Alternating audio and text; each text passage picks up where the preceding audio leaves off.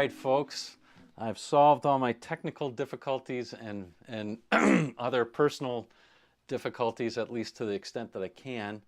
And hello, everybody. I'll say hello to people after I play a little bit.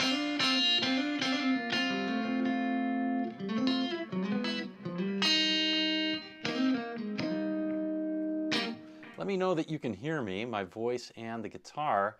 I also have another camera, but I didn't like how it was looking. I was trying to respond to some people who said, "Oh, I want to see your hands." Try to use your ears more, but I understand you want to see the hands sometimes. I get it. That's what we have the close-up cam for, right? That's what this is for, or even this. We could do both.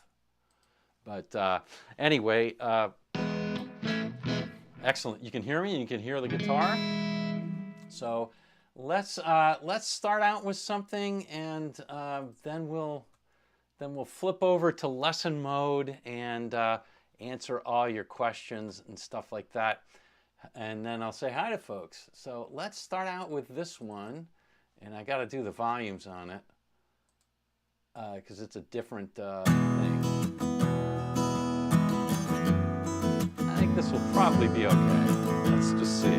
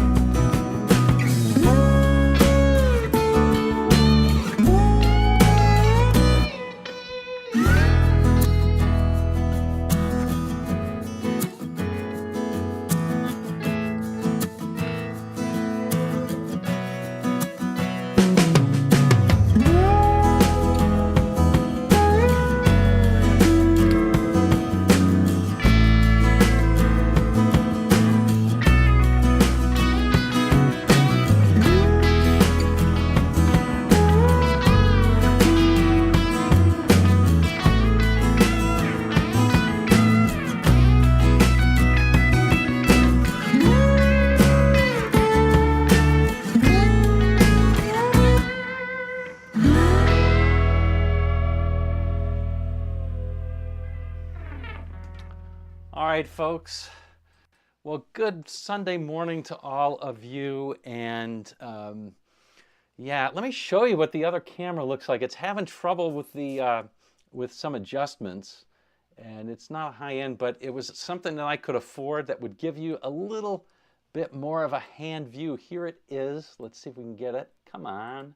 There it is right there. See how it's saturating on the skin tones and stuff like that. But anyway, it was doing better. I'd have to turn down the lights, which is a shocker on this, but it does show more of this. Shows my bare legs a little bit. Anyway, I prefer this one. I think it looks a lot better. It's a much better camera. So, but I do have to look askance to you. So there's that.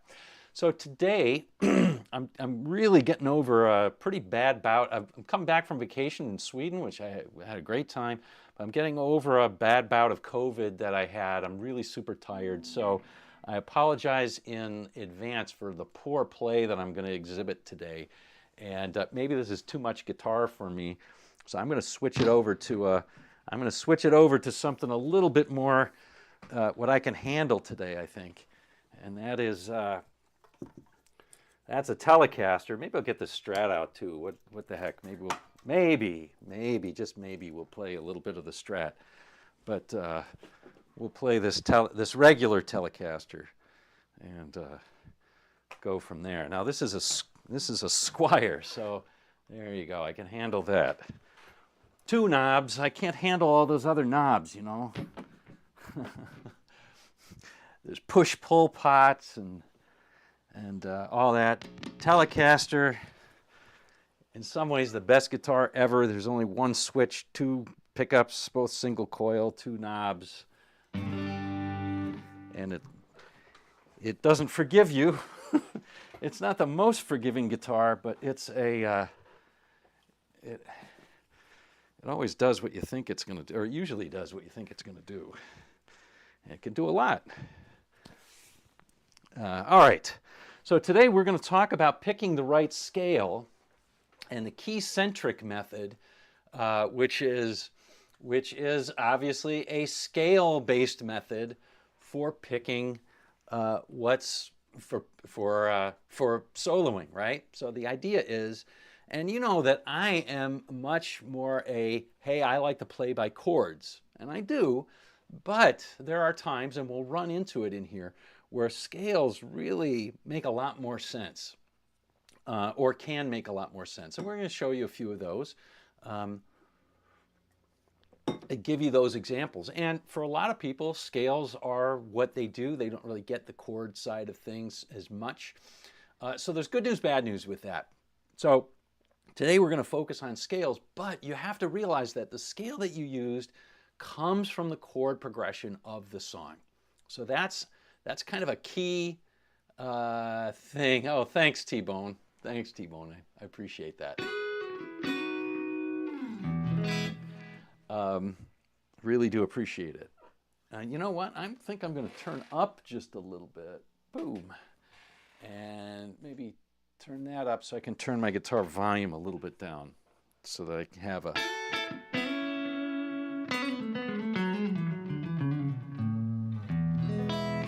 Great. All right. Well, before we get into it, and that was an example of something that we'll be covering at the end, or something that we'll be covering at the end was, what do you do when everything fits except for one thing? And how do you adjust your thinking? So you can play a certain scale and so forth. But at least in our beginning stuff, we're going to start out with the search for what is the scale that we're going to use. Now, good news, bad news, like I said. Let me give you the bad news first. If you're not a chord guy, chord progressions determine, quote, the correct scale to play over. Now, you know me also, in rock and roll, there ain't no such thing as the correct scale. You can play different things that are going to sound good, and that's part of what gives it the flavor. But the chords are going to dictate what notes sound the sweetest or the best over the progression. So we'll be taking a look at the chord progressions. All right, so let's see. So we're going to start out with this. And like I said, this is going to be a little more lessony than most of our live streams that we do. So if you like that sort of thing, great. I will be playing some. And I have the Strat out. I see T-Bones there. I have the Strat out. So, and I want to say hi to everybody. Like to look at stuff. Hey, if you are so inclined, I know I saw Embry's on. So if you're so inclined, you could give me a tip via Super Chat. That's fine. If you're really inclined, become a member. That's the best way to support me and really help what's coming on. Plus, you get all these benefits of becoming a member. You get all my courses. You get every month, and I see Daniel Smith's on here. They can attest to it. Every month I have a learning path. Last month we did country rock. This month we're doing playing by ear. The month before we did 50s rock. So, we do a learning path every month. So, and it's not just recorded lessons. It's stuff like this, except more so because we have Zoom calls and chats and stuff like that. So it's really interactive. If you want to do that, 15% off today. You can click the link in there. And if you don't want to do any of that, at the least you can do is click the like button. It doesn't cost you anything. And subscribe button. All right, I've said it.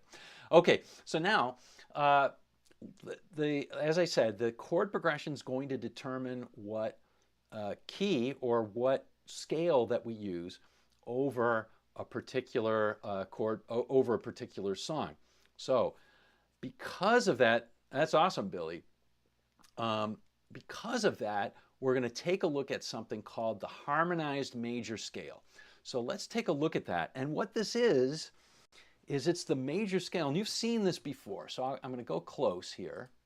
You've seen this before. Oh, and I see that one of my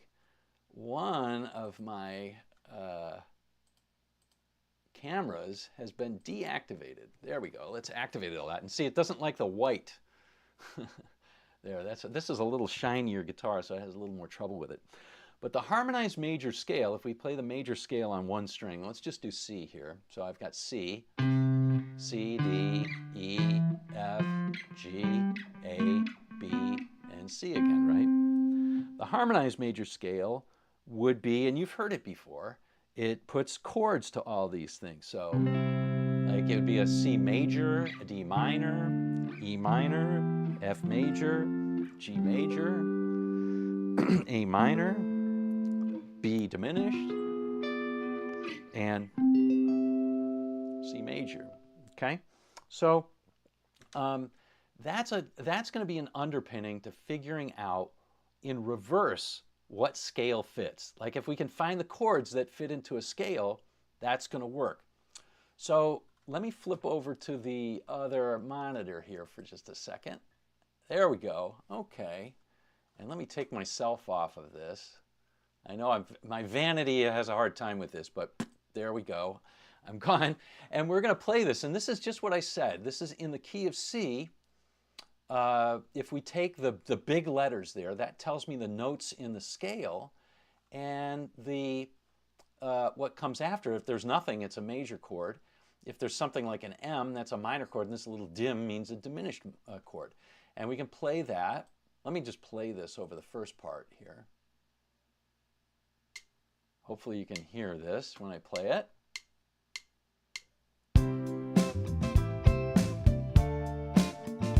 '70s pop here.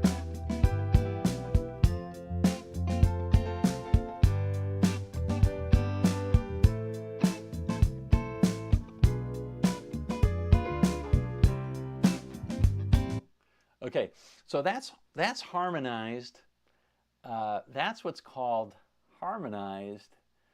That's what's called harmonized in triads, because all of those notes, C, D minor, E minor, F, G, A minor, B diminished, and C, can all be defined by only 3 notes, a 1, a 3, and a 5 in that scale. So for example, if I take a C and I have my C major scale, I could stretch it out like this.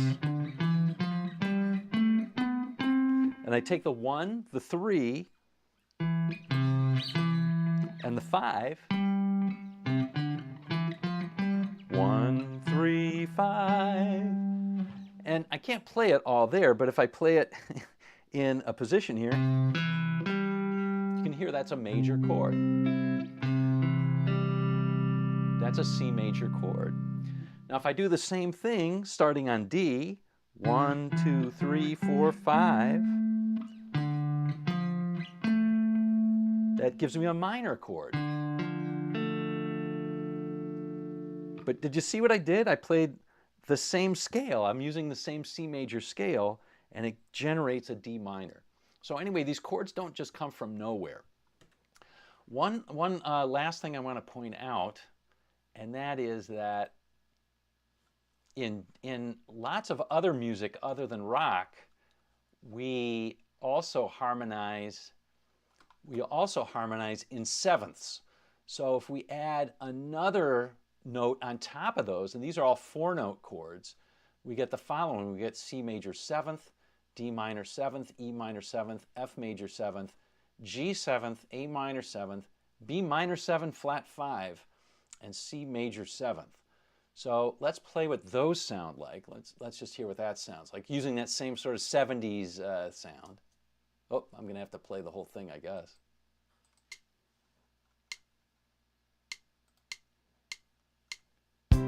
Here are the triads. We'll just play the triads again so you hear the contrast.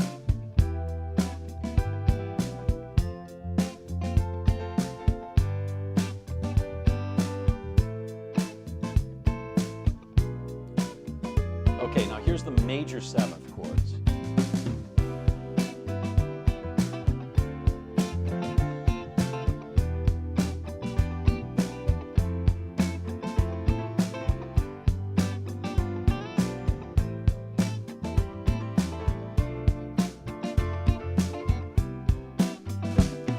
Okay, so definitely not all that rock and roll, right? But the one chord that we do borrow, that we do take from these seventh chords, is this G7. And you'll notice that's the 1, 2, 1, 2, 3, 4, 5 chord. So sometimes on our 5 chord in rock, we will use this G7. Usually we're not going to be playing diminished chords or B minus 7 flat 5s. We do use minor sevenths once in a while, but very rarely major sevenths. So that's just a thing to point out there, is that we will see those seventh chords quite often, and we can think of those as coming out of the 5, the 5th note of a major scale. 1, 2, 3, 4, 5. There it is. You see, 1, 2, 3, 4, 5. That's a G. Okay, so this is all background for how we figure out, like, oh, where are the chords coming from? The more we can internalize this harmonized major scale, like, oh, the 3 chord is a minor, the more we're going to be able to do this. And one last thing I'm going to show you from this chart, and then we'll move on from the chart because I know it's crazy, is that this works for every key. So it may not be obvious, but if I made the key G, we have our own set of the 1 chord is a G, the 2 chords an A minor, the 3 chords a B minor, the 4 chords a C, the 5 chords a D or a D7, the 6 chords an E minor. We don't really have any of the 7 chords, but it would be an F sharp diminished. And then again, the 1 chord. And if we were in the key of D, these are the chords that we would see. D, E minor, F sharp minor, G, A is the 5 chord, or sometimes we'd see an A7 there, and in B minor or B minor 7 is the 6 chord. So this would happen in any key, and that's how we're going to be figuring out these songs, okay? So that's going to be the key. We'll be able to go back to this sheet and say, oh, what key is it actually in? All right? So are you ready? Let's try this one. But before I go on, I'm going to see if there's any questions from anybody. This is pretty basic stuff, but I know for a lot of people, if you haven't done it yet, it's like, whoa, mind-blowing. Chords fit with a scale? Wow. So make yourself start to realize that it's going to work in reverse the way that we just showed it. The way I just showed it is we started with a scale and constructed chords. But the way we figure out what scale to use is we look at the chords and say what scale fits. You see, it's backwards. It's the opposite. It's like your kids. Today's opposite day, right? All right. So, okay. Oh, great. So let's open up another one. Let's do the first example. And no, I don't want to save that. And we'll do the first example, and I'm going to play it and see what you think about it. So I'm gonna crank up the backing track a little bit and see what you think it sounds like. If you have any guesses.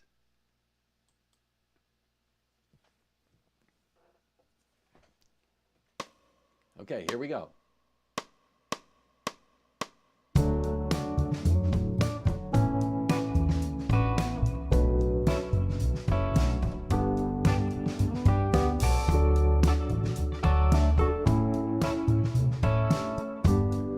One more time through.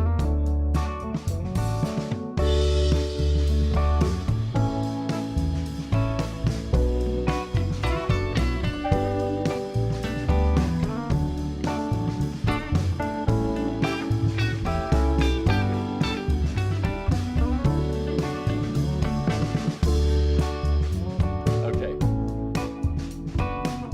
Let's let this play and I'll let you guess what it is.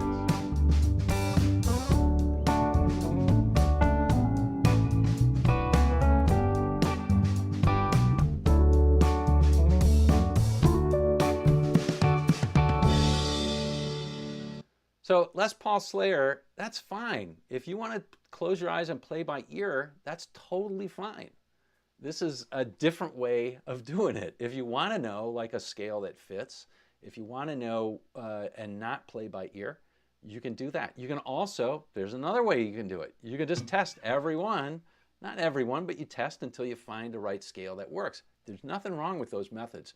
But if you want to know why a certain scale fits over a progression, this is the way that you do it. You start looking backwards. So you have to know that harmonized major scale. That's it. If you don't want to do that, you don't have to. All right? Okay. So any guesses as to what that is? What that chord progression is? Oh.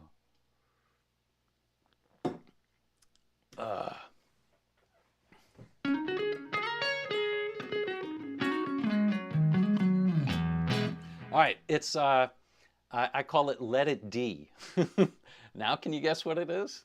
All right, let's take a look at the chord progression, and we have these chords: D, A, B minor, G, D, A, G, and D. Okay, so a couple of clues here. First, let me put my face back on. First, the song begins and ends in D. So that's a good guess that the key is going to be D. And in fact, it's going to be D major, but as we'll see in a second, but some kind of key that's D-centric, right? Some D, okay? So now we simply test it out.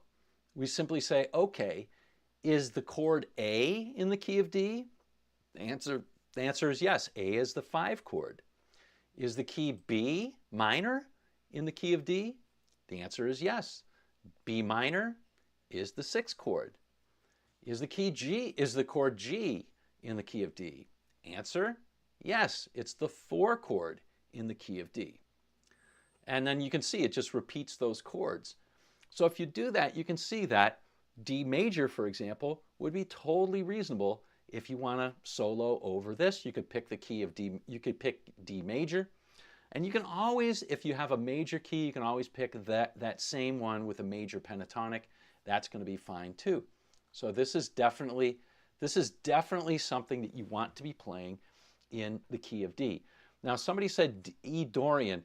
Well, the notes are going to match E Dorian, but E or E minor is not the tonal center of the piece. Right? The tonal center of this is D. It begins and ends on D. So the tonal center is going to be D. You're going to want your notes to resolve on D, not E. So I would not say it's E Dorian. I wouldn't start to do that. Or G Lydian. I wouldn't talk about that. I definitely wouldn't go there because you don't want to make your notes, your lines resolve on that G. Well, you could, I suppose, on the first line, you can make it resolve on G. It's okay. All right. So there you go. So it's going to be D. Again, same sort of thing for people who are saying, hey, B minor. You can use any scale that you want, but keep in mind your resolving chords are going to be this chord and this chord. That's where you're going to be resolving your lines. So you have to make sure that you're going to be hitting good chord tones on it. So D major and B minor are not the same. Contrary to popular belief, they share the same notes, but they're a different scale because they don't resolve in the same places. So just be a little bit careful. You can pick B minor if you want and have the same notes, but just remember that, and you can have in your mind, you can think, I'm organizing the guitar that way. But when you want to resolve on that D. So I'm being a little bit of a stickler on this. All right, so let's just go ahead and see if we can demo this just briefly. We'll briefly demo it and just see. I'm going to use, oops. I'm going to have to re-energize my, this thing likes to shut down, I guess. There we go. Super twin powers activate, I guess. Okay, I haven't seen Chris on today. What's up with that? it's the same notes. You've got to be careful when you say it's the same scale. They share the same notes. You've got to be careful when you say the same scale.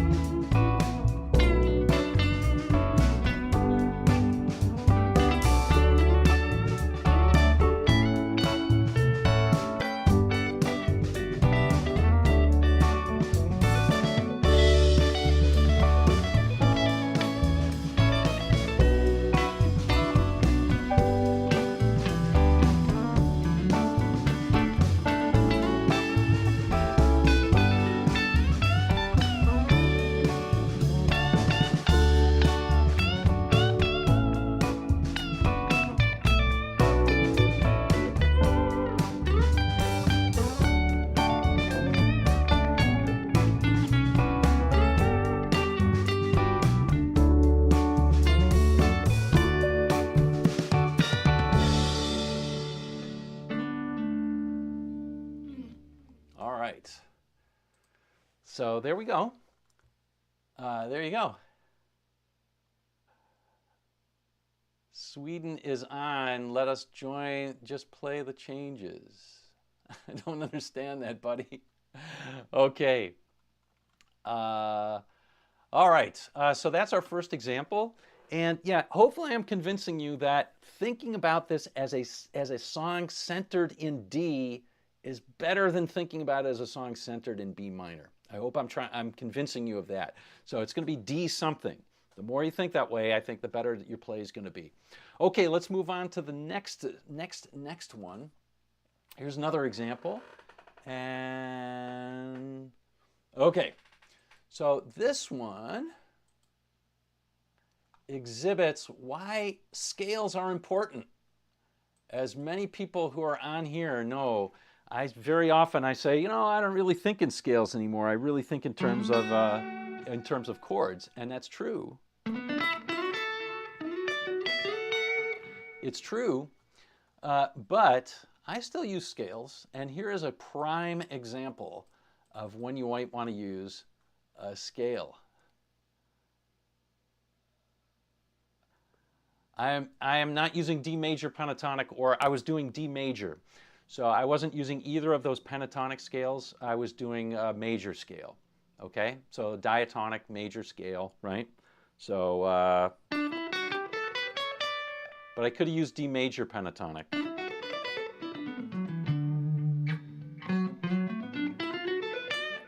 Right? I could have used that as well.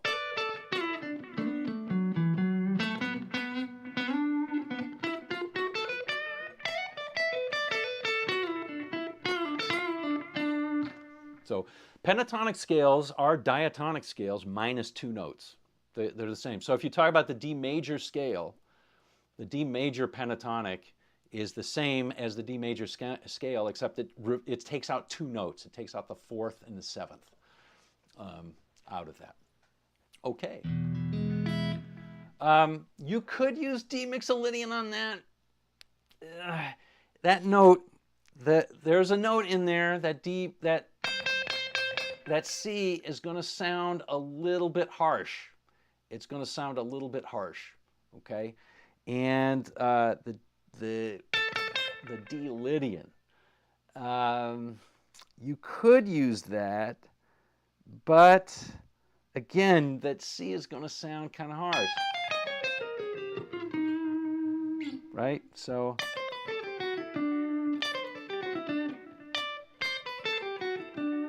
So, not the C, what am I talking about?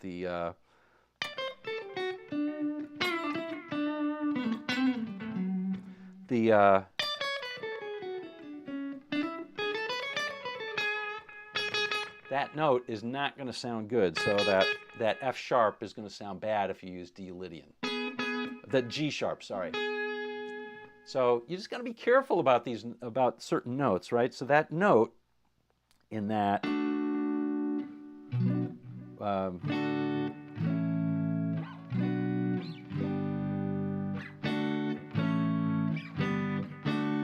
so if we play this,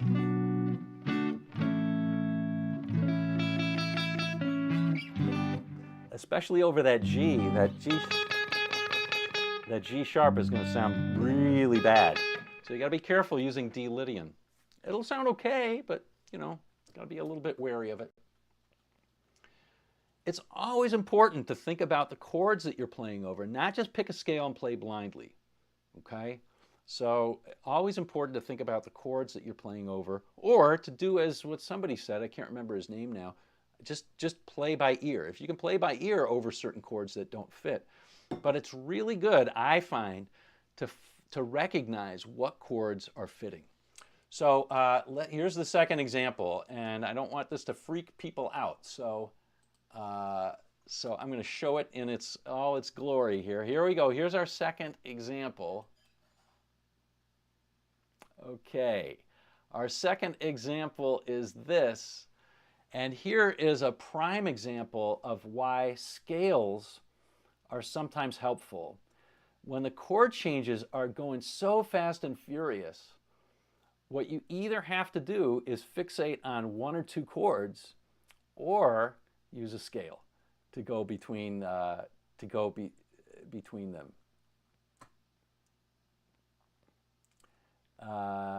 Yeah, so let me get to this in a second. So this is an example of that. Les Paul Slayer, that was his name. Is that why arpeggios align with, arpeggios are chords, right? They're the notes of chords. Yeah, that's one of the reasons why we practice arpeggios, is to make sure that we can play over different chords. Yep. Right. Those notes are, well, scales don't exactly spell chords. They don't. But they can generate chords. They can generate chords. All right, I'm not going to get sidetracked. So this is a thing that let's analyze this one, okay? So we look at this, we have a D, we have an F sharp minor, a B minor, an A, a D, an F sharp minor, a B minor. It looks like there's a lot of repeating here. So if we just look at this, and it looks like it stops repeating down here, and we'll take a look at this in just a second. So D, that's certain. What if we guess this was the key of D? Seems to start in D, so that's good. We'll guess that it's the key of D major.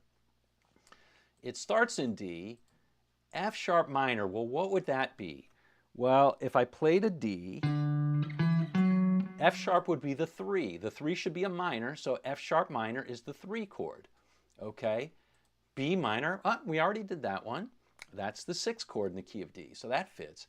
A, that's the 5 chord. D, and then it repeats. So we're okay for all these repeats. So for all of this, we can simply play in the key of D major. Now, somebody had asked, can we play the D major pentatonic? The answer is yes, we could play the D major pentatonic if we wanted to. When we play the D major pentatonic, we're removing a couple of notes there, and the question is, how important are they?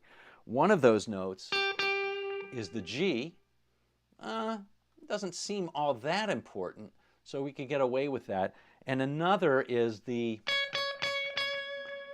C. I'm sorry, the C sharp.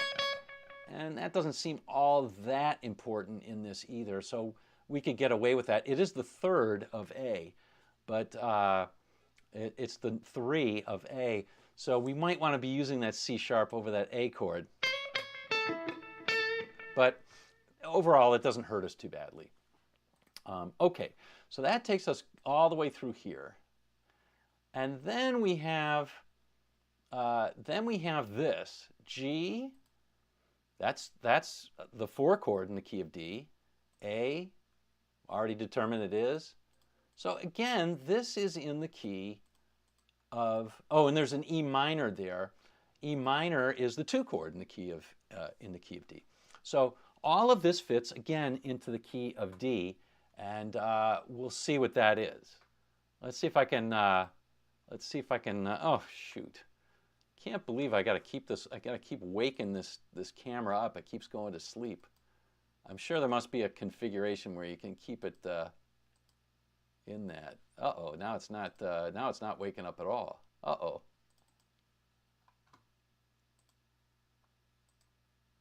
Huh. Well, that's not good. Okay. Well, we'll have to go to here, and I'll just demo it. We'll see if I can fix that at some point, but at the moment, it doesn't seem fixable. So that's probably because I forced it open. Okay, so I'm going to play over this one. We determined that it was the key of D. You know, the scale that you use is probably not as important as the rhythm.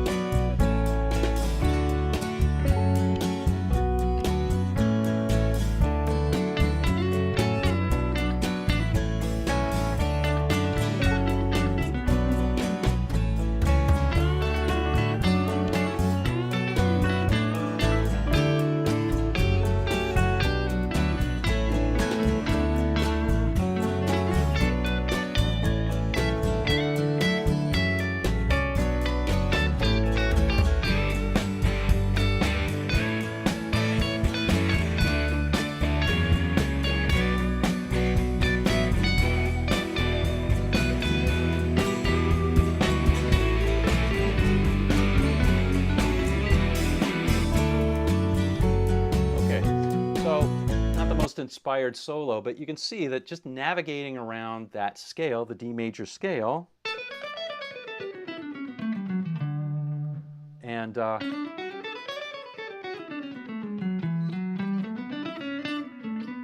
may played a wrong note there.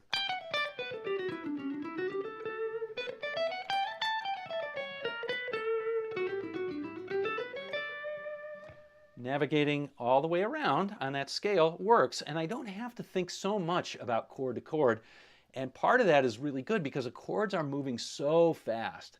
I do have to think about every once in a while where it lands on a chord for a longer amount of time, just like a singer. Singers have to breathe every once in a while, and so we should do that when we solo too. We have to stop, and whenever we stop, we should think about what chord we're stopping on, and think about the notes in that chord and see what fits on the scale. If we're being analytical about it, again, if we're playing by ear, ultimately that's the goal. We want to be able to play by ear. But sometimes, at least for me, what I find is if I practice something analytically, if I say, okay, I'm going to play a line that's going from these chords, like let's say E minor,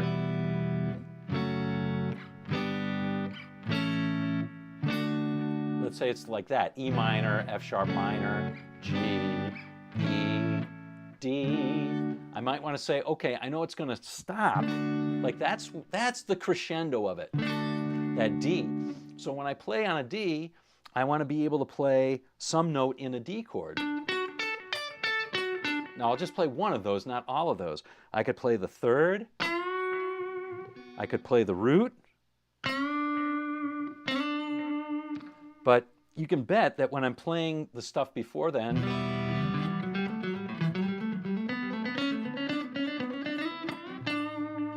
you know, that kind of stuff. I'm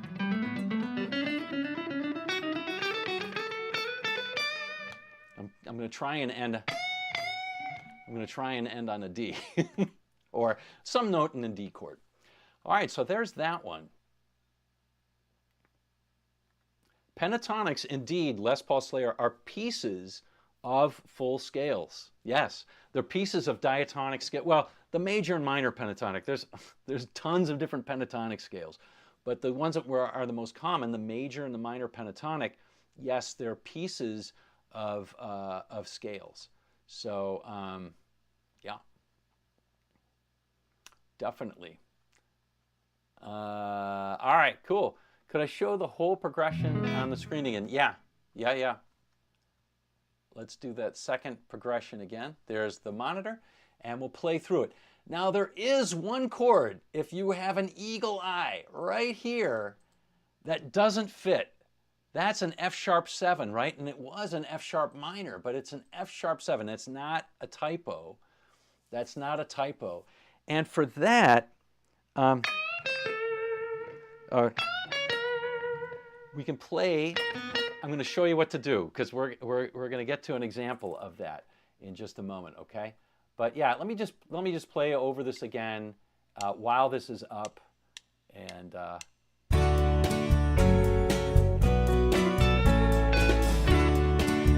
I'll play D major pentatonic to start out, and then I'll play D major.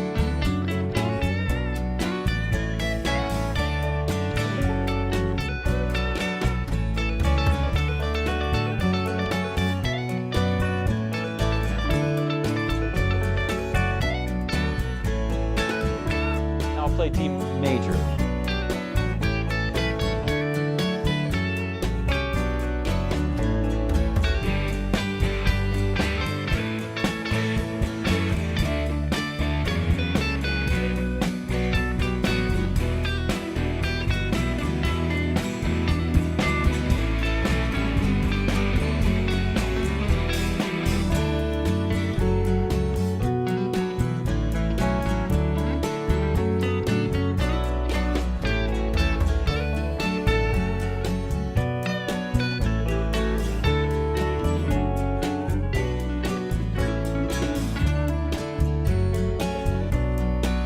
Okay, so again, there's not any sort of mystery. This is pretty much all in the same key, except for that one note.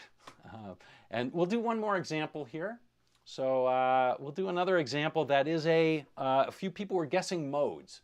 So we're going to do a modal example, and this is another simple one. So let's do that one. I need to take a break and breathe a little bit. I'm starting to get a little bit sore in my throat, so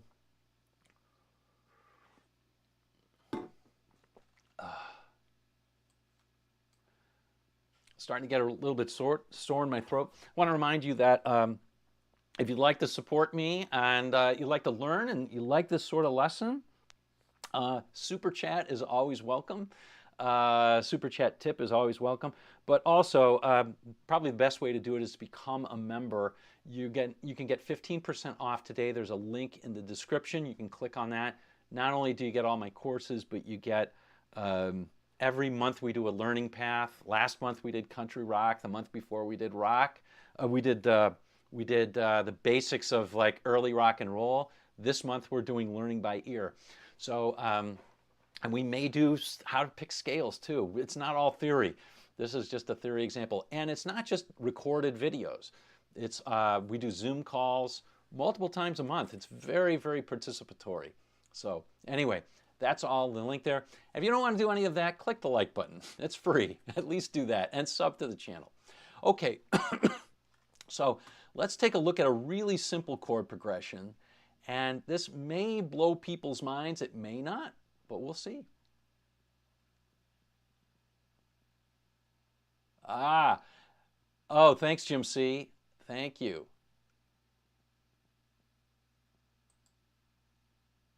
Okay, so here we go. Here is another one, and here is a chord progression, and I'm sure that you will recognize this chord progression. Let's just play it.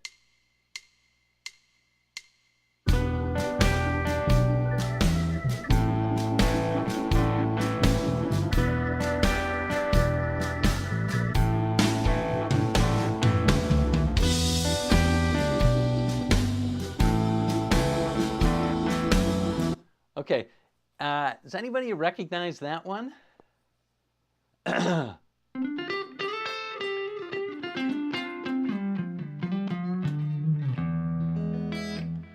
Lars, that's right, and we're going to get to that, in fact. We're going to get to that. Or lush, we're going to get to that. So I appreciate the slack. All right, so that one, you might recognize that progression. First of all, this progression, E minor 7 to A. Oh, Tim is on the ball. To A7.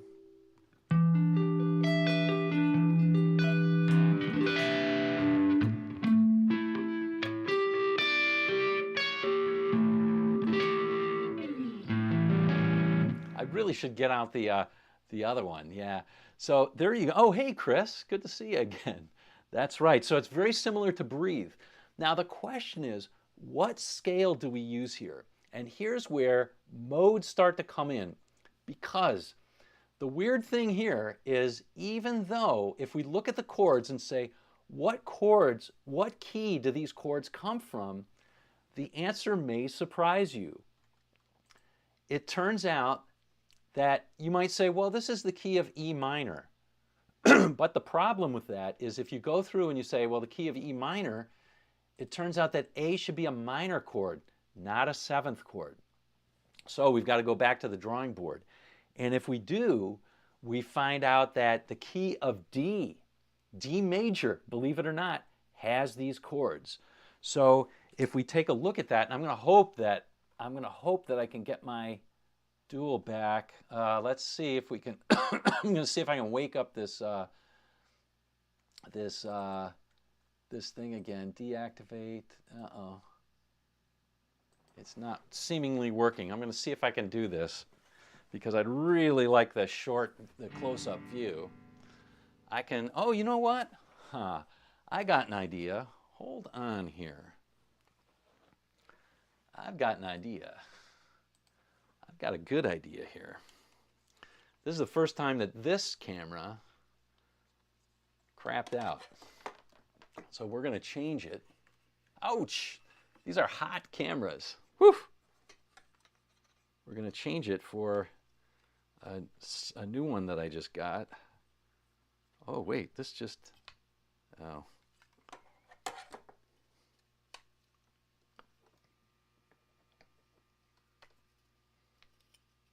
Yeah, okay, I guess I can do it this way.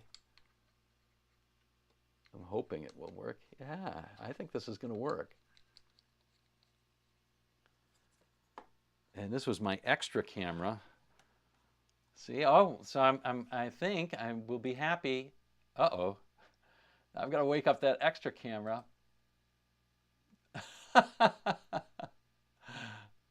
Okay. We'll get it, I promise.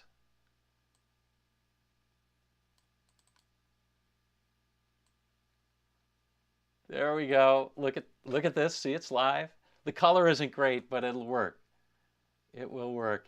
And then I just have to move this up. There we go. Look at that. We got it. Okay. Don't let it be said that I don't go the extra mile for you guys.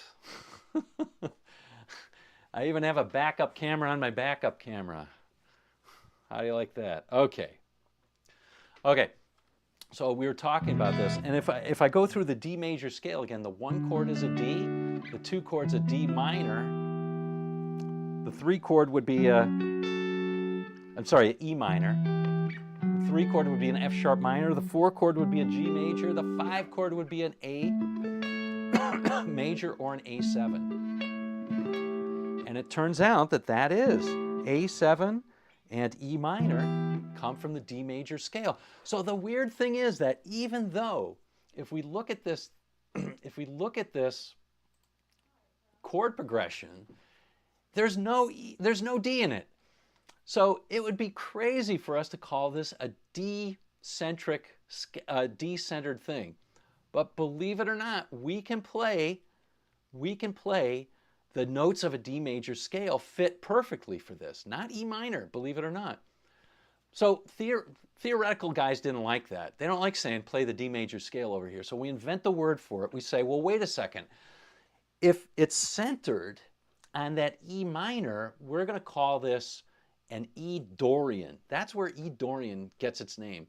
So because this is centered on that chord, the tonal center is E minor, is an E minor chord, we're going to call, but the chords come out of the D major scale, we're going to call this a special name, it's E Dorian. So whenever you hear a mode like that, if you don't care about that stuff, just think where did the chords come from and play the notes out of that scale. Kind of like Chillin' It was saying, and a few others were saying earlier. And I was chastising you for that, but here I'm going to let you slide because a lot of people really have trouble with the modes and they're just not worth it. But if you're with me still, what we're doing is we're playing the D major scale, but we're playing it, basically centering it, resolving it on that E minor and on that A. So we're going to call that E Dorian, okay?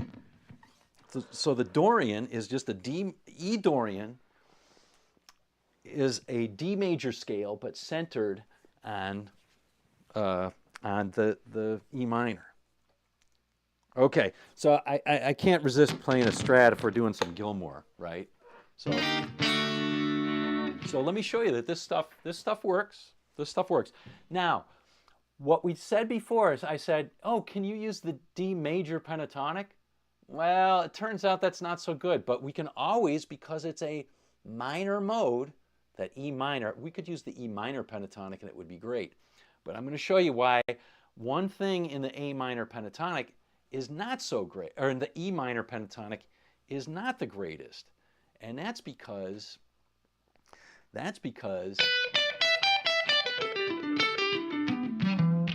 it's because,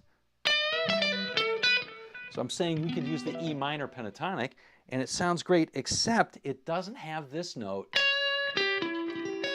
which comes out of an A7 chord. Remember, the pentatonics are minor scales or major scales with stuff removed from them. Sometimes we remove key pieces. So we're removing the third of that A7 chord. I'm telling you, I'm going to want to use that chord, that note. It's going to sound really killer. All right, let's put a little dirt on this, shall we? Maybe we'll put a little dirt on this. It's maybe a little too much.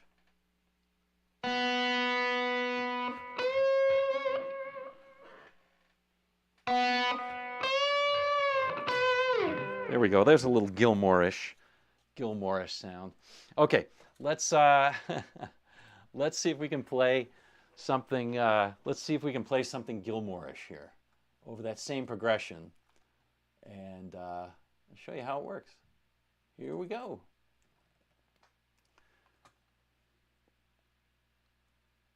Come on. I'm having trouble playing the backing track now.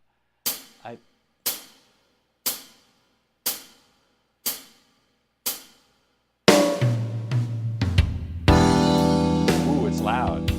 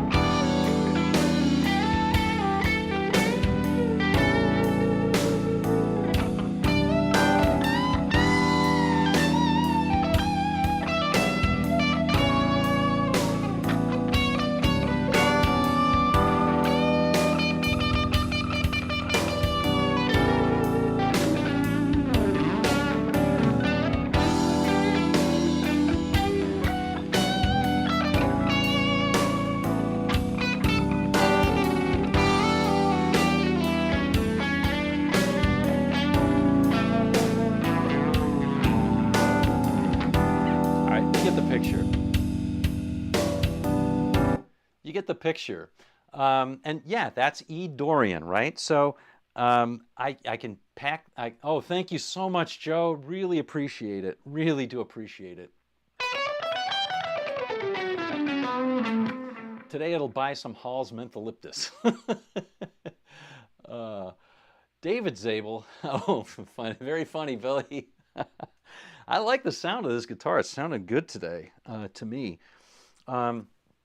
Anyway, yeah, so you'll notice that the Dorian scale, and this is one of the reasons why it works so well, the E Dorian has that C sharp.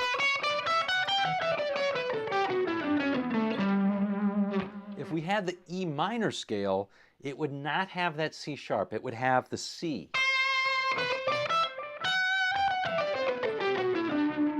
Let me take off the craziness on this, right? So if we had if we just use the minor scale, if we just use the minor scale, that's the E minor scale. It has a C sharp, it has a C in it. Oh, thanks, Joe. And also, I appreciate the Swedish there.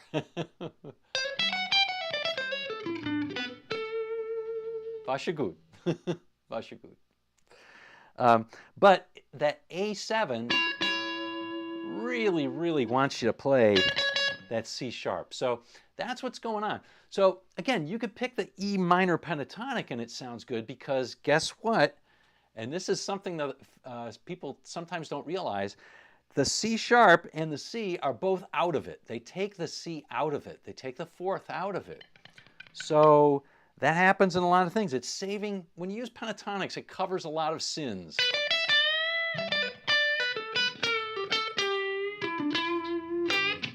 I could have played that, would have sounded okay. Pentatonics are great, but every once in a while you want that fourth in there, and that's why the Dorian works so well over that. Okay, well, I wanted to show that, and then I wanted to show a couple of other things. I'm going to go back to the, oh, I can't go back to the telly yet. Oh, let's do this. Let's do this one because this is just another example of this. The whole B minor scale can handle this chord progression. Shin 371, 391, yes, we have had that whole discussion of this is the same notes as the D major scale, which is the same notes as the B minor scale, but the E Dorian is the B minor scale, it is the D major scale, it's just played with a different tonal center. We've already had this discussion earlier today, and I was admonishing people a little bit that you got to play thinking about the chords. If you play thinking about the chords, you will start to understand how chord tones really work, and your ear will start to align as well. But you can study that sort of thing. So I would strongly recommend against thinking this as B minor, even though the notes are the same, or D major, unless you absolutely have to. And that's the only way you can do it. So anyway, okay, let's do one more on this one. And this example is called Alabama Bound. So I think you can guess what this one is all about. Let's just listen to it.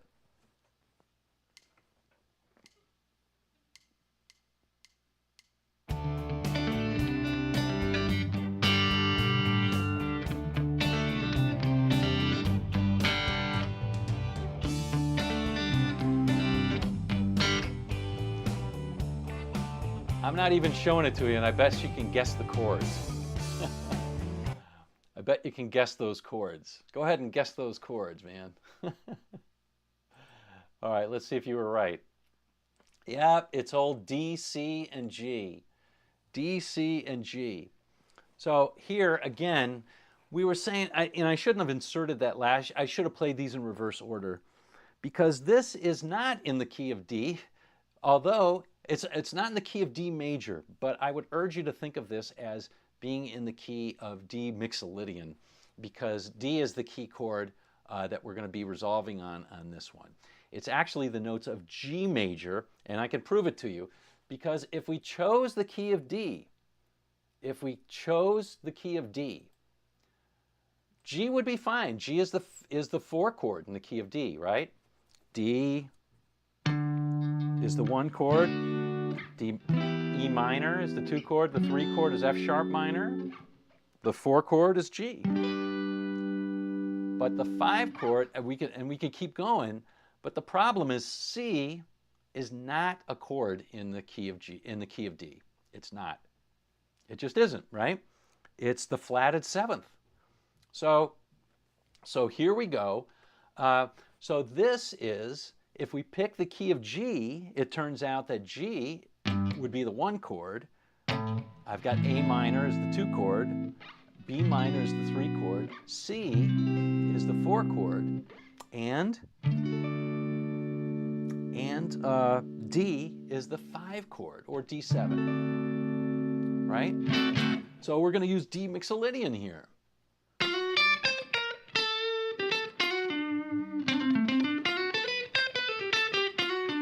Which all the D Mixolydian is it's a D major scale with a flatted 7th.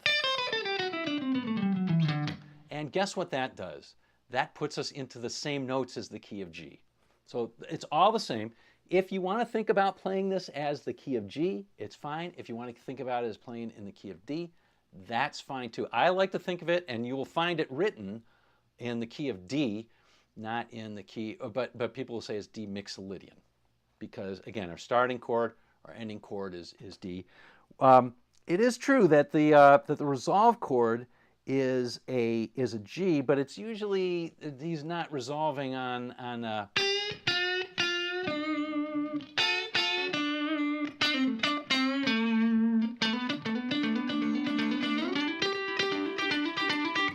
There's an interesting thing that's going on here too, and that is that, well, wait a second. If we could play D Mixolydian, or we could think of it as G major, does that mean also we could play the D major pentatonic or the G major or the G Mixolydian? I'm sorry, the D major pentatonic or the G major pentatonic? And the answer is yes. Scales are just a shorthand for telling you what framework you're going to use. But when you resolve, when you stop your lines, you must always be thinking about what chords do I want to be playing over. The advantage of playing the D, let's say you played this in D major pentatonic. The advantage of this, to be playing it over D major pentatonic, let me go back to here. The advantage is it's simple, right? Very simple. The disadvantage is you miss playing the F, I'm sorry, the G. That's a key note, isn't it? Because there's a G in there. If we can't play this, that's going to hurt our ability to resolve on that chord, right? So that's an issue. The issue if you play the D major, the G major pentatonic, is it doesn't have this C in it, right? So because it doesn't have that C, we can't play a note over the C chord. Well, that is not as much of a deficit, because when we play the C, it's very fast. And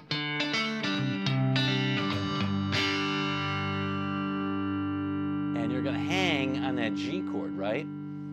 So playing the G major pentatonic is better choice probably than the D major pentatonic, but either will work.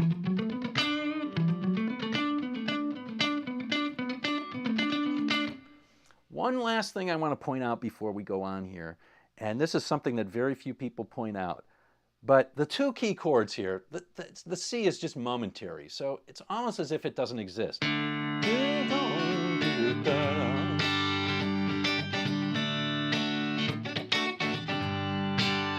It's almost as if it doesn't exist. Now, that doesn't sound as cool, but that definitely sounds cooler. Or, Werewolves of London sounds cooler too.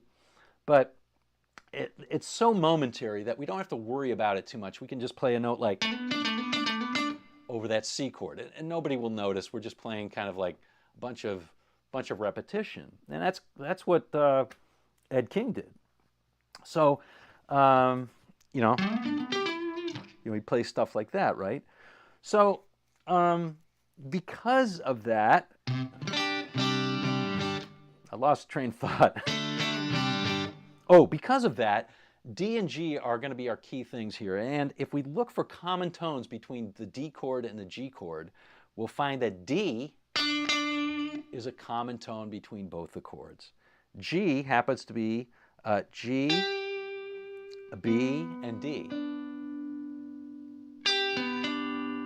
And D happens to be D, F sharp, and A.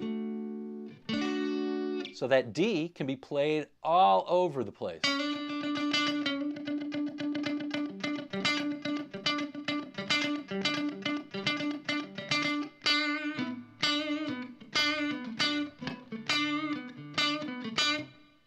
There you go. So now somebody's saying C major. C major is an interesting choice. A little too interesting. There's a lot of avoid notes in that one. But C major is very similar. It generates D Dorian.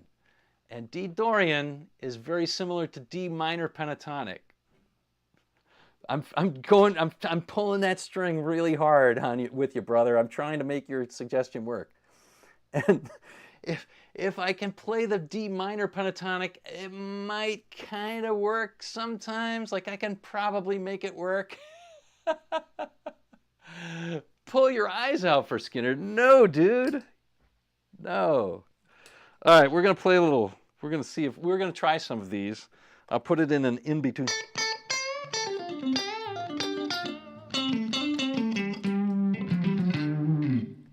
Put on.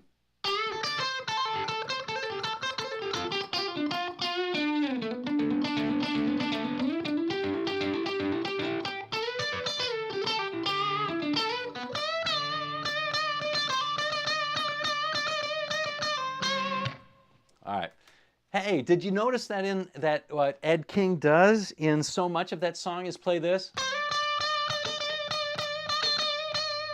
Plays that D note over and over and over, right? It's because it's a common tone over, I mean, I'm sure he wasn't thinking this, but it's a common tone over all that. Bob, it's all true. It's all true. None of the legends knew all the stuff. They used a blues scale and added a few notes. It's true. Well, I don't know, man. I don't think it's too difficult, really.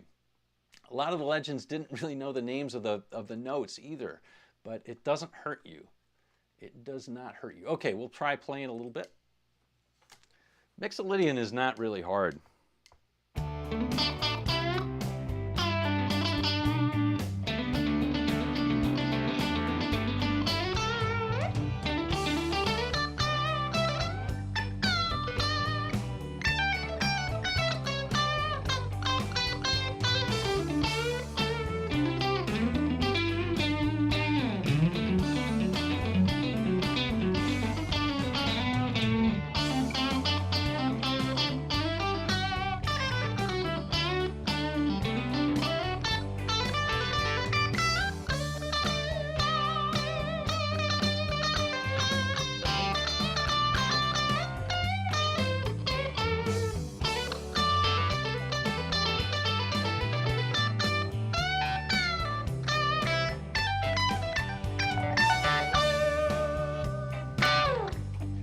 All right, that's enough.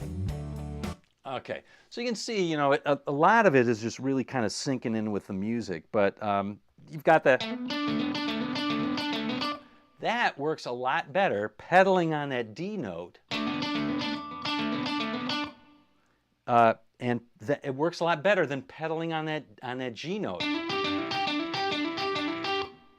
It works a lot better. You can pedal on the G note.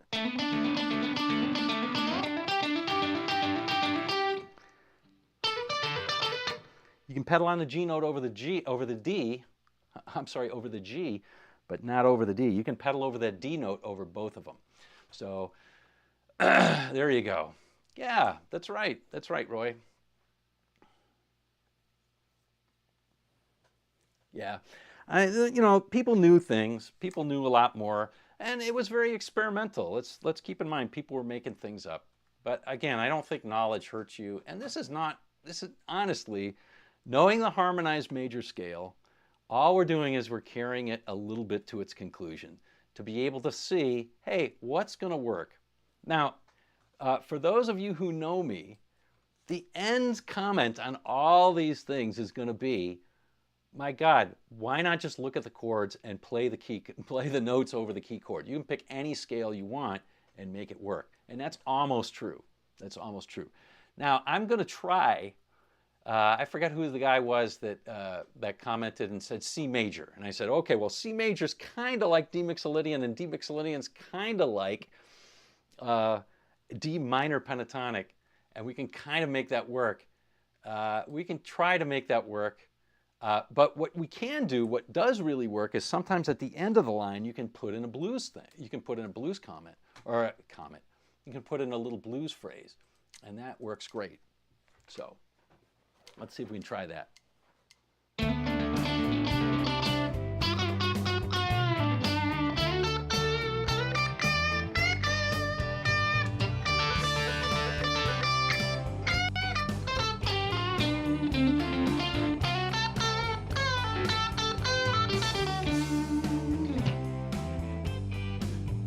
You know, you really got to be careful using that minor stuff. You can make it sort of work. It can kind of work, you know. You just got to be careful about where you sit, right?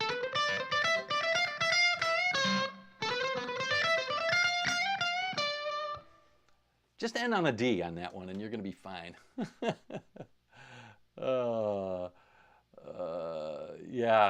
Yeah, that's right, Nicholas. I think so. Harmonized, melodic, harmonized plus harmonic, definitely valuable too. Ask anyone in metal or jazzy. The harmonized? Or are you talking about harmonic minor and melodic minor? I'm talking that's something different. The harmonic minor, we'll answer a couple of questions here. The harmonic minor scale is the minor scale with a sharped seventh. So if we play the minor scale, and we take this, I'm playing A minor, and I sharp this G,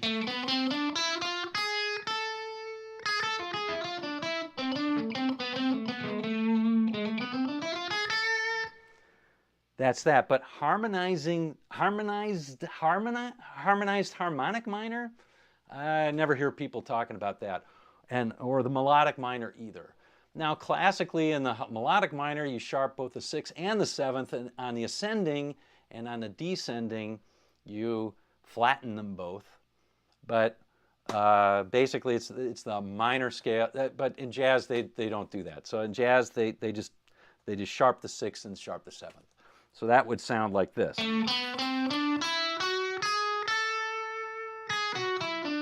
Sorry.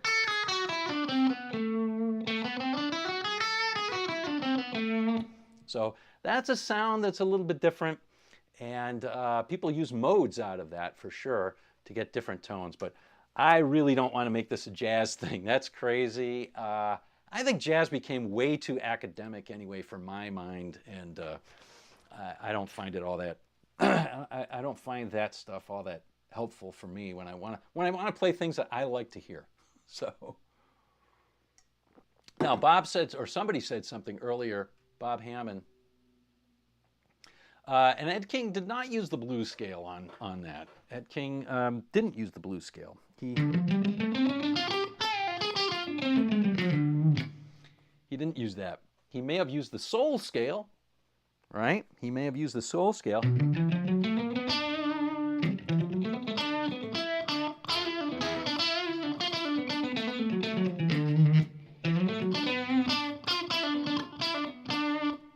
That's not the blues scale, right? It's a major pentatonic with those notes, not the minor pentatonic.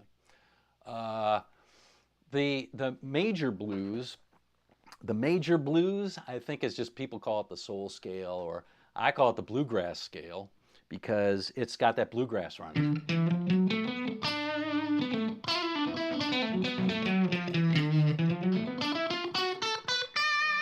So if people call that the major blues scale, I've never heard it called that, and you generally don't see it called that in the books, but could be. Love to get a resource for that, Shinji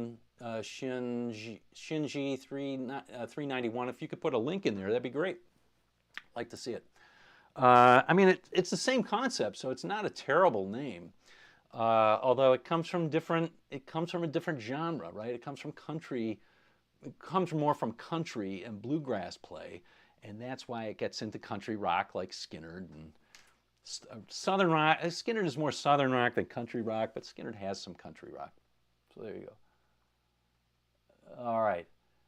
Well, Ed King doesn't know what a pentatonic means. I'm sure he did when he was living, but anyway, I'm sure he did. Ed knew some things about composing and music theory. I guarantee he did. All right, he wrote some pretty interesting things. All right, so let's get to, we're just going to, I'm getting kind of tired of this, having this conversation because people are being so pedantic. But, or some people are. Sorry. But man, so I'll tell you what, let's do this one now. Let's just do this one. I'm going to skip ahead. And we talked a little bit about modes. I'm not a modes guy. I don't really care about modes that much. I know what they are. I know enough to use them. And I really kind of stopped being, at least for jazz, I stopped being that kind of guy to play. I'm going to take the telly back just because, oh, you know what? I'll play something else. I'll play this.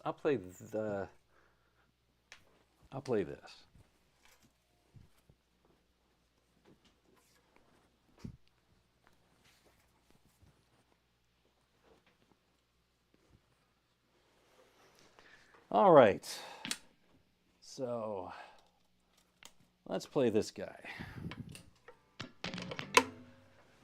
Oh, man, I was reminded of how nice this guitar is again because I was playing that Sire that I have.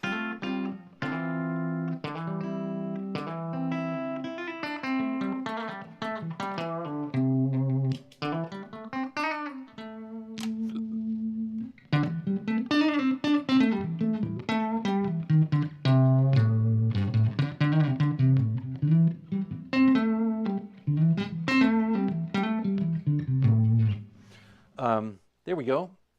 So there's a reason for this one, and because we're gonna play a little jazzier. I don't like that.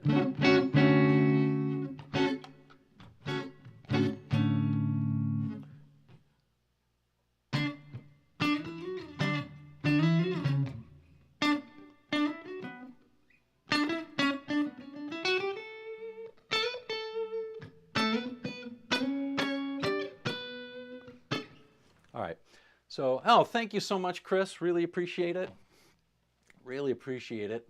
Okay, so let's do this last example here. That's not it. Here we go. And then I'm just going to play a little bit because like I said, I'm tiring of this conversation. I can only take so much when I'm sick of this stuff. It's always an interesting dynamic that I think. Because I know some theory. I don't know a ton of theory. I won't claim I'm Rick Beano or who's the other guy, Adam, whatever. But maybe I should have chosen the telly. Oh, I don't know. I think you'll see why I should not have. Oh, telly's fine. Telly would work for it too. But anyway, I forget what I was going to. We always have these extremes. Like, there's people who say, you should only just play by ear. And the rock guys didn't know any of this stuff. The people who were doing.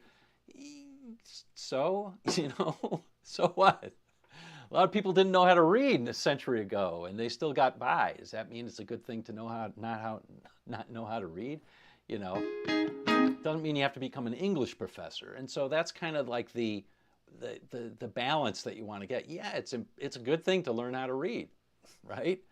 But on the other hand, do you have to read political treatises being written by Nobel Prize winning economists? Probably not. So anyway, so I like to strike a balance. To me, the harmonized major scale is pretty simple. It's pretty straightforward. It does take some time to memorize it, and it does take some time to get used to it. But once you do, you start to see things in a different way, and it makes life a lot easier. So that's the only thing.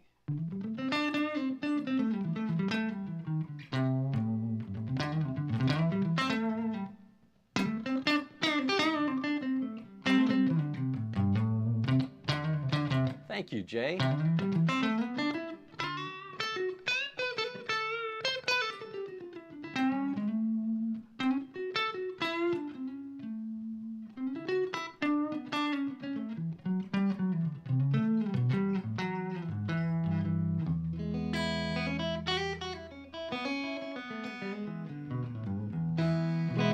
Yeah, these scales are all derived from the major scale. So they're all very, very simple scales, right? So a major scale being the big daddy. So anyway, let's take a look at this one. So here, if we try to see, do these fit into, thank you, Jay, I really appreciate it, buddy. Really do appreciate it. And all right, so if we try and see if they fit into a single scale, well, we've got D major. So this is D major 7, but D major, right? So it's a good candidate, D major. B minor, okay, that's the 6th chord, right? So that's pretty good. That's pretty good. E minor 9th. Okay, so E minor 9th is very similar to an E minor chord, right? So E minor 9th.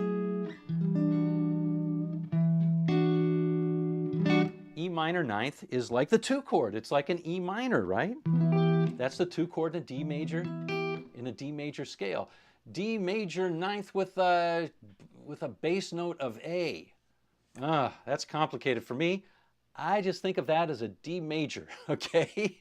So as a D major, that works, right? D major is in the key of D. And then B minor 7, same thing. Okay, but wait a second, what's this? B flat major 7. Whoa, B flat major. That does not fit into the key of D. All right, so here's where this sort of thinking has to short circuit once in a while. Here's a good example of a chord progression where this is what's called non-diatonic. It doesn't fit into one scale. And so scale theory will work for this, but it's not going to work for this. So in fact, what a jazz player will do is they will recognize this as the 4 chord and as the 5 chord of the key of F. And they can play in that. Or there's another way of thinking about it. These chords are both in the key of D minor. So what we've done is we've gone from D major right here to a very brief episode of D minor, and then we're right back to D major. And if you listen for that, you'll start to hear that that's the case. And you're right, Roy. Putting them into a melody that's the real tough part, because what you've got to do, melodies have both notes and rhythm to them, right? And melodies also don't have these giant jumps. So, when I'm saying, play a chord tone, well, it's really good to be able to play a chord tone close to where you are so that your melody, when you're playing, doesn't go too crazy. It's one thing when Gilmour plays, when Gilmour plays something like, and now I have the wrong guitar for that, but when he plays, and he plays that note as a chord tone of A or A7, he's doing that purposely, right? And it wouldn't sound as good if he played. That doesn't sound as good, right? Our ears, it's the same note. That's also a C sharp, but because this C sharp is really close by, it sounds good. So, playing chord tones has to do with that too, and that has to do with something called voice leading, and let's not go too crazy. All right, so we're going to play through some of this stuff. We're going to listen to it first. Breezin'. Turn it up, I think.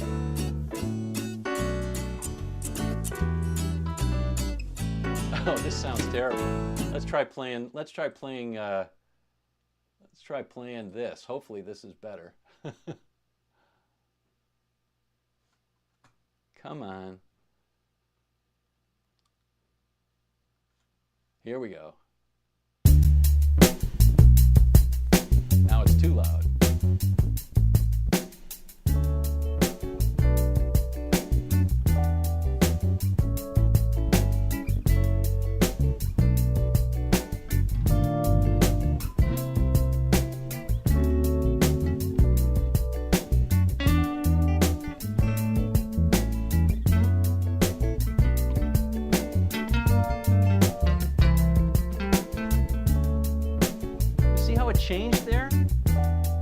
So this part right here, and then this part's different right there. Okay, so we're going to try and do that. And what I'm going to try and do, is I'll play D major. I could play D major pentatonic if you folks like. You know, I could play D major pentatonic if you folks like, but over that change at the end where it goes over that part before it goes.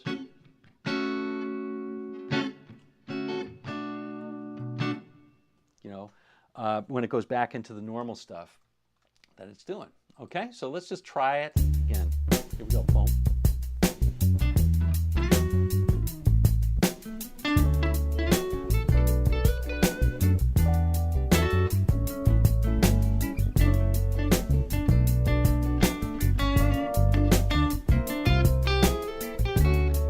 Okay, let's do it now.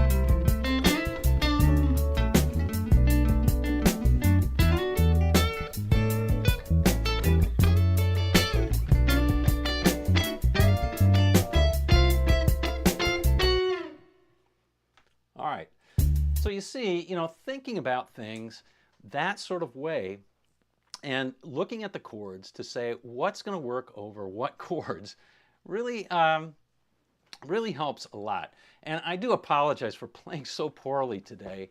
I can't get into it with the COVID, and yeah, I'm just not feeling good.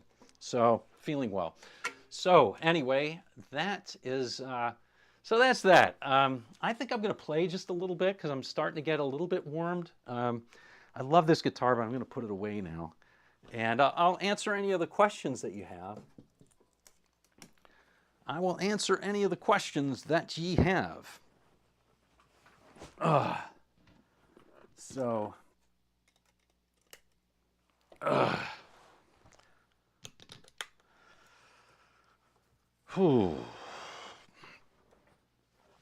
anytime you talk scales, you know, you're gonna have these extremes of people who are super theoretical and people who are not theoretical at all. And I would just say, you know, have a modicum of both, because if you learn a little bit of theory, it can help you a lot. But don't sweat it. If you get a little bit, that's fine. If you get a little bit, and yeah, I admonished a couple of people for, I shouldn't have done that, when somebody said, oh, you know, that's B minor or whatever. That's fine. If that's the way that you're working things out and you say, I only think in terms of minor, that's fine. For years, I only thought in terms of major scales. That's it. For many years, I would think, okay, if let's say something is like this.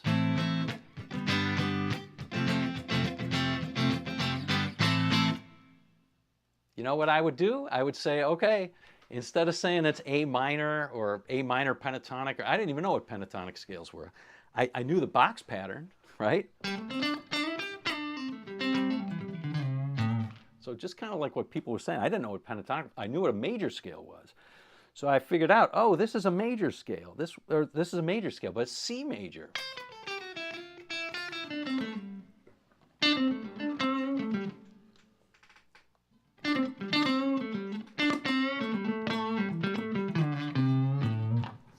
That isn't, but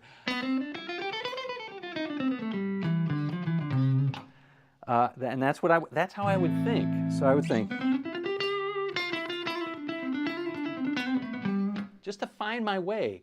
Now I knew I always had to resolve on different notes, and for a long time I let my ear try and figure that out. And you know what? If I listen to my solos back then, I mean, they're worse than today, a lot worse than today. I would be missing resolve points constantly. I wouldn't be playing chord tones. And it really wasn't until much later when I started playing a lot of Robin Ford stuff, honestly. And Robin Ford talked about Mixolydian. I was like, what the heck's that? You know, I had no idea what that is. And he just called it, he said, oh, I was playing G7. I played the G7 scale.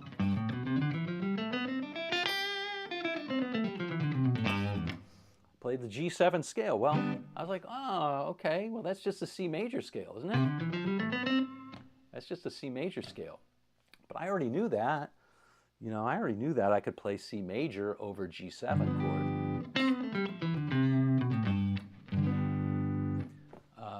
Anyway, that was the kind of thing, and I started thinking about, oh, you know, that's the sort of thing that's going on. And then a lot of his notes resolved to chord tones. That just helped me think a lot. Now I just mostly think about chords.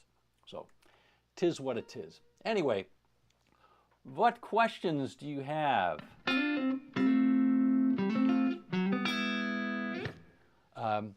What questions do you have? And by the way, you can work out whole systems based on just like only playing modes too, because if you know, for example, that the pentatonic scales, right, pentatonic major and pentatonic minor, all they are is major scales or minor scales with notes removed from them, then you can add those notes back in and use those full scales to solo over a tune. Like for this, you can use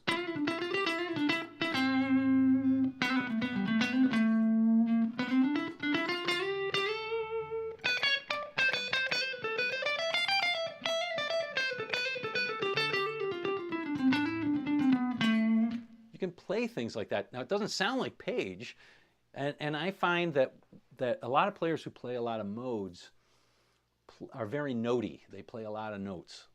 And that was my issue. I played a lot of notes. And we got another comment. This is all you need is this.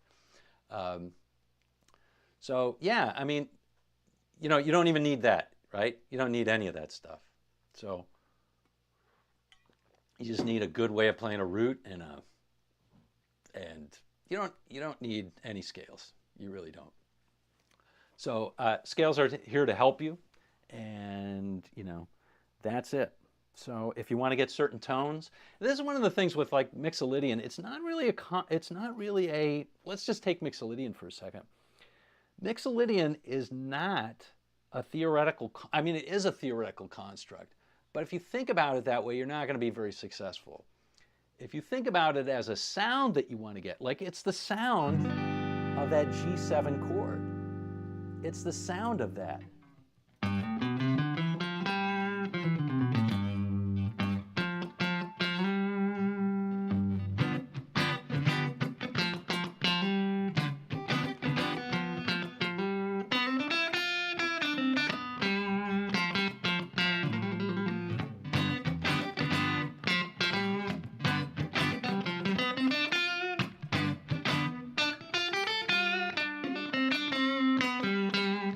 The sound of that chord, right?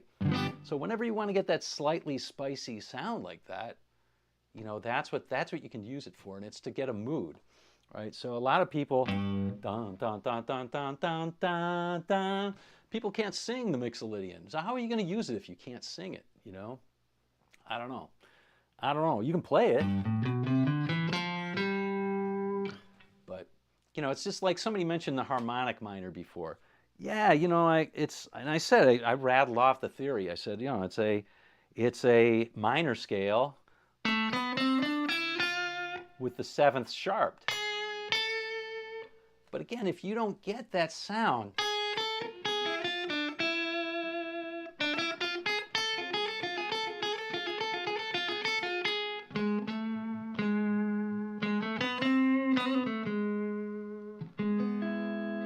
and you don't recognize that sound, the theory is useless. So, you know, all that you need, it depends on what you're playing, really. You know, do you need the harmonic minor scale to play, you know,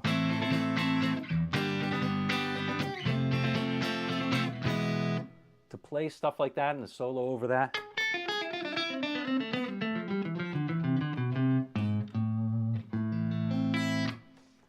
It helps. You don't need it, but it helps, right?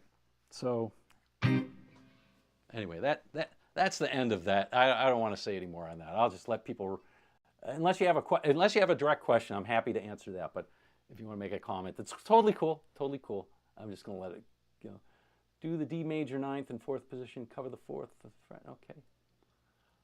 Mark is feeling it in theory. Okay, can you talk about the modal aspect of the Eddie Money song, 2 Tickets to Paradise? Sure. That's a good question. So, I can't remember whether it's G to A or A to G, but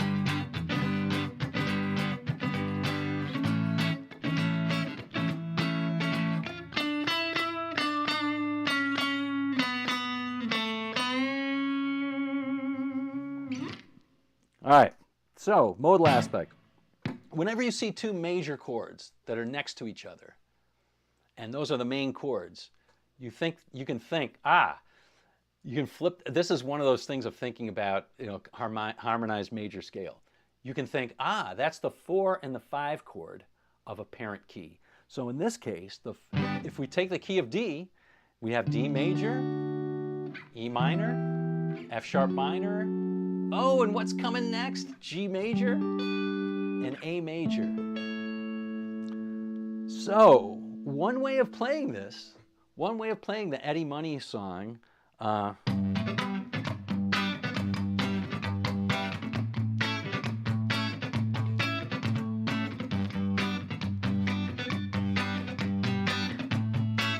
would be to play the notes of the D major scale.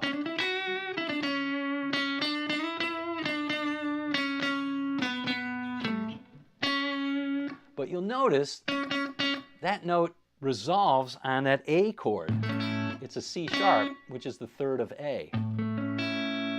So just because you're playing D major doesn't mean you don't have to take into account of the chords, right? So that's one way of doing it. Another way, going to all you need is the major pentatonic and the B.B. King box. You know, we could play the B.B. King box. Let's go with that.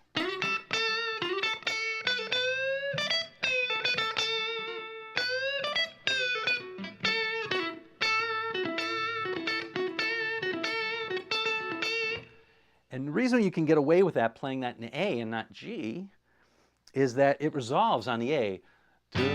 Do do do do do do do do do do do. Eddie Money stops singing there, right? That's not an accident, right? That's how the song melody works. It resolves on an A chord. So you can play the D major scale, you can play the A major pentatonic and resolve on that A, whatever. And when the G is happening, you can doodle around.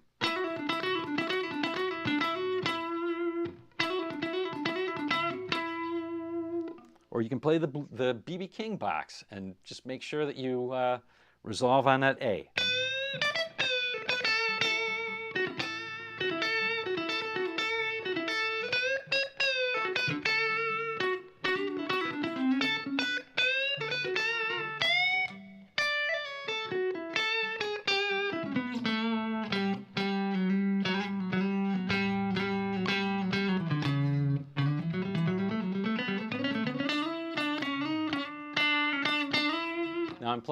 Now I'm playing the notes of the D major scale. By the way, if you're playing it over the 5 chord, it's just called the A mixolydian, right? I'm resolving to that A.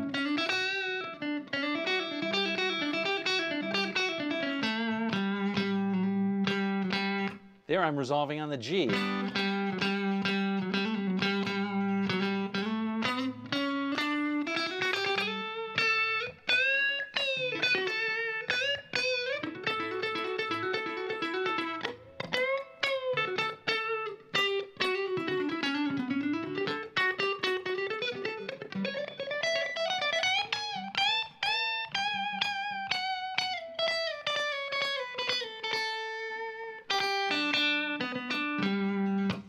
Right?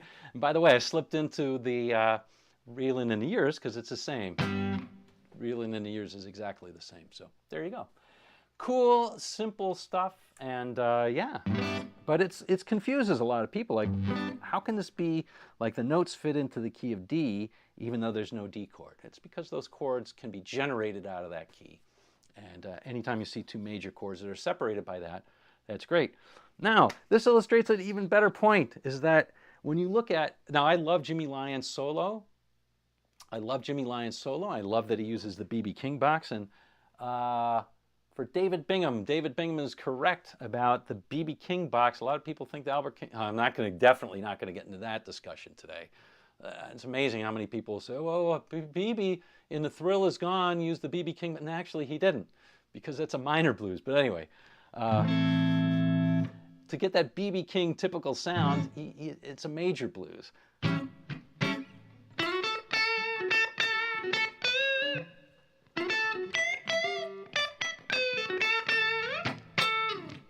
You know, that kind of stuff that B.B. would play comes out of, you find the root, in this case I'm playing an A, you find the root on the B string, and then you build a little house. And then you figure out, you build a little house, and then you figure out all the bends that you can play over each chord, right? So over the A, I could play. Over the D, over the 4 chord, I can be a little spicy about it. Back to the A. Now over the E,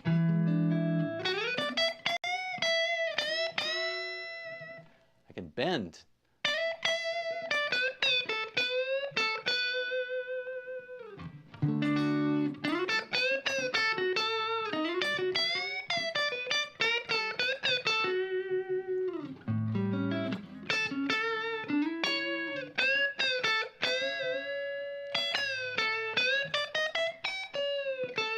Little Joe Walsh in there. All right. Albert King did play upside down.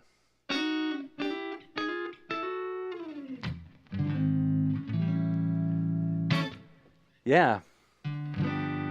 Well, in the song that Eddie Money plays, when he's playing, Eddie resolves on the A, right? His vocal lines resolve on the A.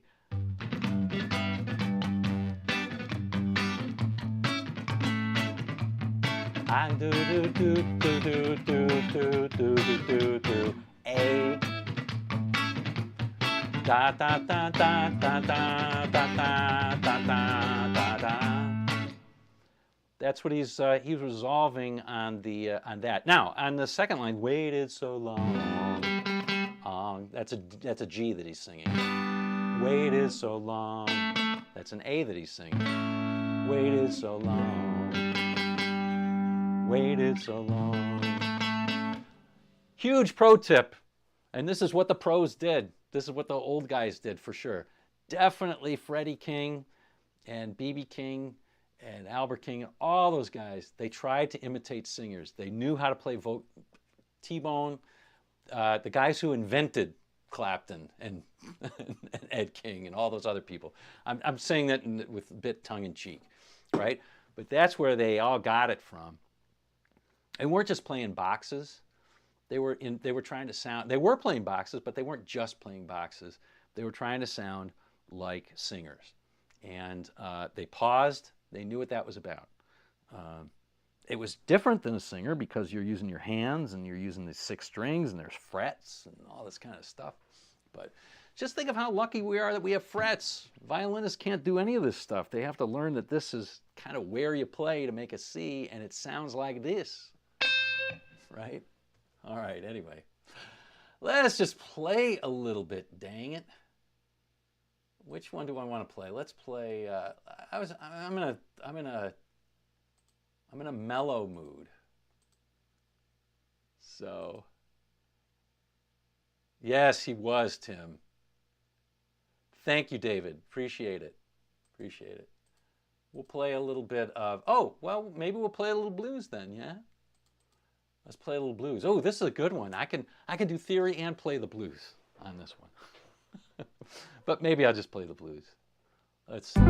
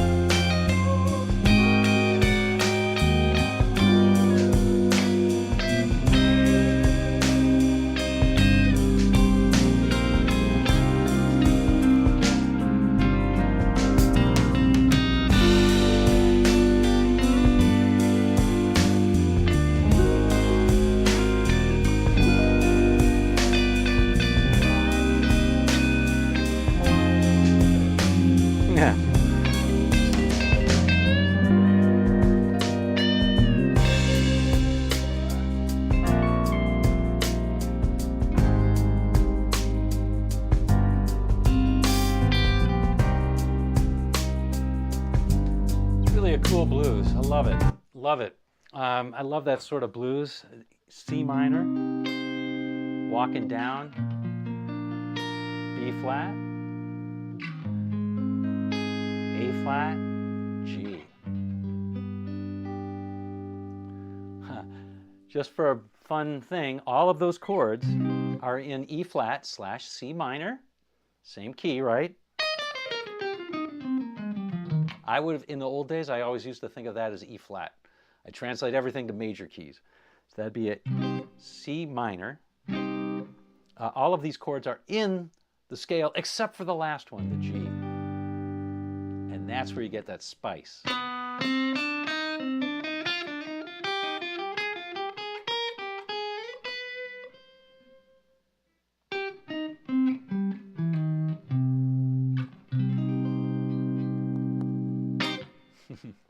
Cool stuff.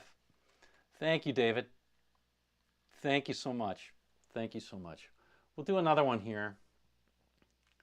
We will do another one.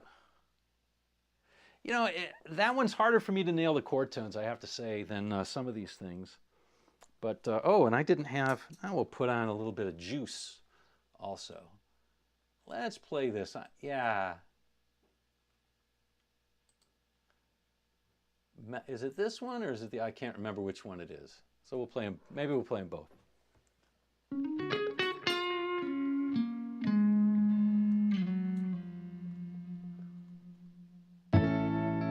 Yeah, so you're right there, Tim. C minor, and then there's some over that. The spice is in the spice is in that G chord there, and then there's also just a chromatic movement. I should have said this. So it's you know, it's like straight cat strut. Sorry. Right? Straight cat strut.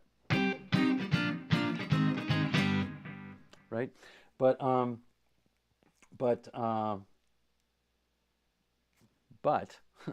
that part is that way, but then it also does the and it does this part. Instead of just going to that 5 chord, it goes to the sharp 5, which is the same as that, and then ends on the Hendrix chord.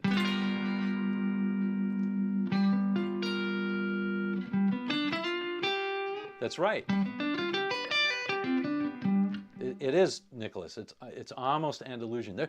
All those things are related. The music of the Eastern Europe, and you know, music of Eastern Europe has this a lot. If you look at what we used to call gypsy music, now you call it Romansh music, music that comes out of Hungary or Russia. You know, Dark Eyes.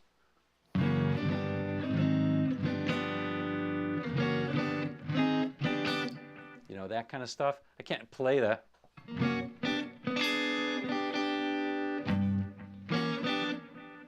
Yeah, I can't remember that anymore. But anyway, all that stuff that's really good. It comes out of Eastern Europe. That's all related to Middle Eastern stuff, and then North African stuff is very similar. Andalus is such beautiful music. I love listening to that stuff. Gives me goosebumps. Gives me goosebumps. Neapolitan's another one. Yeah, so many good things. And then you know, you name the scale based on where it came from or whatever. I like those. All right. That used to be my favorite thing, was to take a, you know, learn a scale like that and then play it all over the place. It would be fun.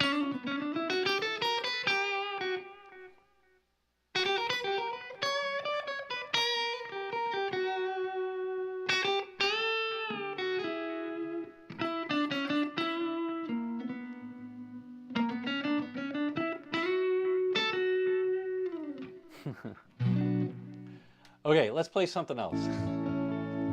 Yeah, this is it. I don't know what key this is in, so we'll have to figure it out. That's a good note. That's a good note. That's a good note. I knew it.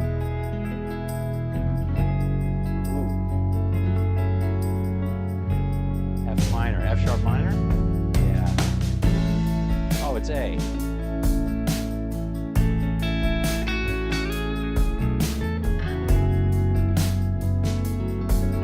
F sharp minor. Maybe A major 7.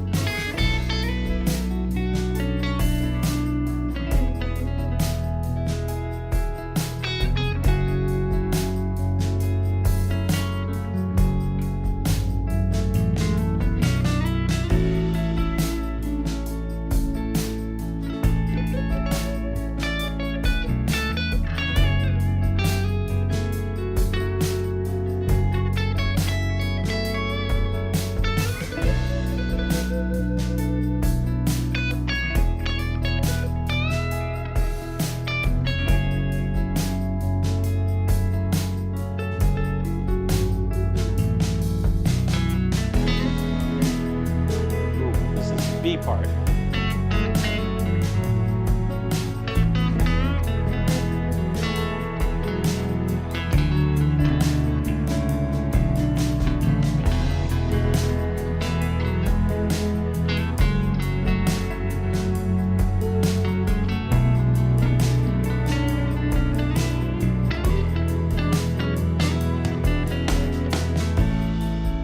Yeah, okay. This is nice and easy to play.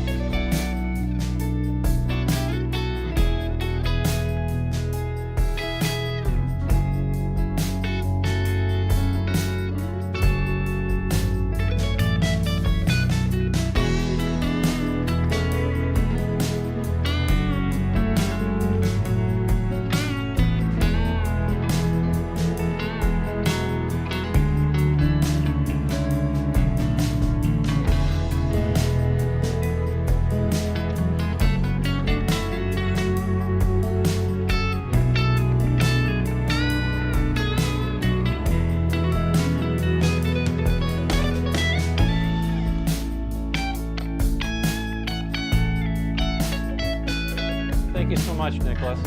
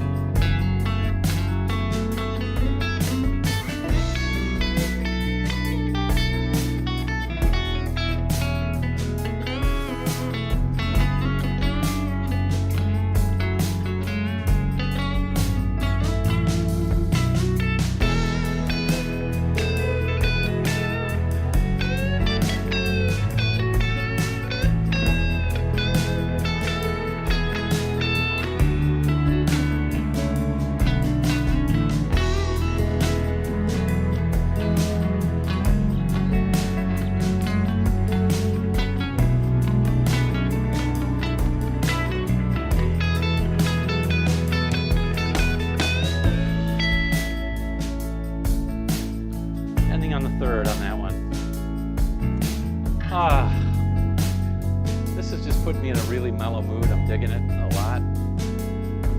Let me just play one more. I want to thank you all for coming on today, really, and help me get over this terrible COVID. I'm really feeling down in the dumps. Maybe I'll just watch some soccer this afternoon. I really want to go fishing, but I can't do it. I'll put on my mask and or whatever, and hang out, watch some soccer, and or maybe I'll watch a replay of the U.S. medal game. Oh my God, wasn't that amazing end to that game? Stephen Curry, just incredible. All right, well anyway, we'll try and play this a little bit more. I'll just play out. I want to say thanks to everybody. Thanks to all my members, really appreciate it. I really appreciate you coming on today. If you're not a scales person, we'll do other things. I'm not a scales person either. I don't do a lot of theory. I know a lot of theory. I know more than I probably should, but not enough to help me. Help me get into a university with it. But I know enough to be able to play most songs, and this was the scale side. No, I'm not a scales guy, but this was the scale side today. I hope you enjoyed it, and yeah, we'll see you next time, okay? Couple of weeks, we're going to talk total opposite end of the spectrum. We're going to talk about playing by ear, okay? So it'll be the opposite. It'll be what I'm doing right now, playing by ear. Although I know a little bit of theory, right? I know this is an A when we're playing on those F minors.